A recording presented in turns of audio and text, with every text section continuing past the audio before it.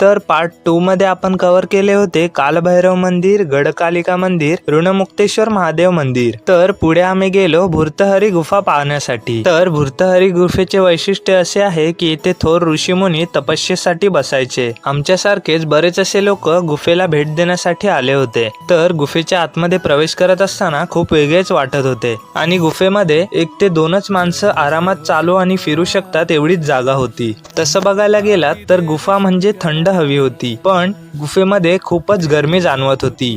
गुफेमध्ये महादेवाच्या पिंडीचे दर्शन करून आम्ही बाहेर आलो। गुफेबाहेर आल्यानंतर आसपासच्या देवळांचे दर्शन केले। देवळामध्ये आम्हाला चक्क गरुड पुराण पाहायला मिळाले। गुफा आणि आजूबाजूची देवळांचे दर्शन करून झाल्यानंतर आम्ही लगेच निघालो महाकालेश्वर मंदिराकडे। जसजसे मंदिर जवळ येत होते मनात एक वेगळीच भावना व ऊर्जा निर्माण होत होती। रिक्षातून प्रवास करता करताच रामघाटाचे दुरून दर्शन घेतले आणि रिक्षातून उतरल्या आम्हाला भेटला महादेवाचा लाडका शामू।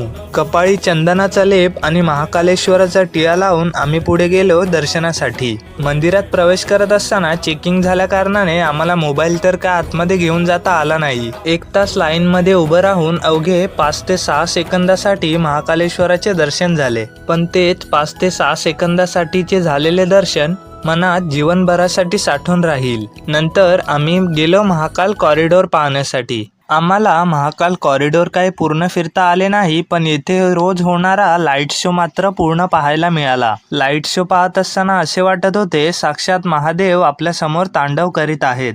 लाईट शो पाहून झाल्यानंतर आम्ही गेलो बाजूलाच असलेल्या भारत मातेच्या मंदिरामध्ये आणि त्यानंतर आम्ही गेलो बडे गणपतीचे दर्शन घ्यायला। खरंच नावाप्रमाणेच गणपती बाप्पाची ही मूर्ती खूपच मोठी आहे। त्यानंतर आम्ही गेलो हरसिद्धी मातेच्या दर्शनासाठी। ते होणारी संध्या आरती खूपच प्रचलित आहे, पण ती आमच्या नशिबात नव्हती असं म्हणावं लागेल। तर उज्जैनमधील सगळी मंदिरे फिरून झाल्यानंतर आम्ही थोडेसे मार्केट एक्सप्लोर केले आणि थोडा पोटापाण्याचा विचार करून सरळ गेलो हॉटेलवरती आराम करण्यासाठी। तर उज्जैनमधला हा आमचा पहिला दिवस तुम्हाला कसा वाटला आम्हाला कमेंटमध्ये नक्की सांगा। आणि दुसऱ्या दिवशी आमच्या ओंकारेश्वरचे दर्शन कसे झाले पाहू नेक्स्ट पार्टमध्ये। तोपर्यंत सबस्क्राईब करून ठेवा।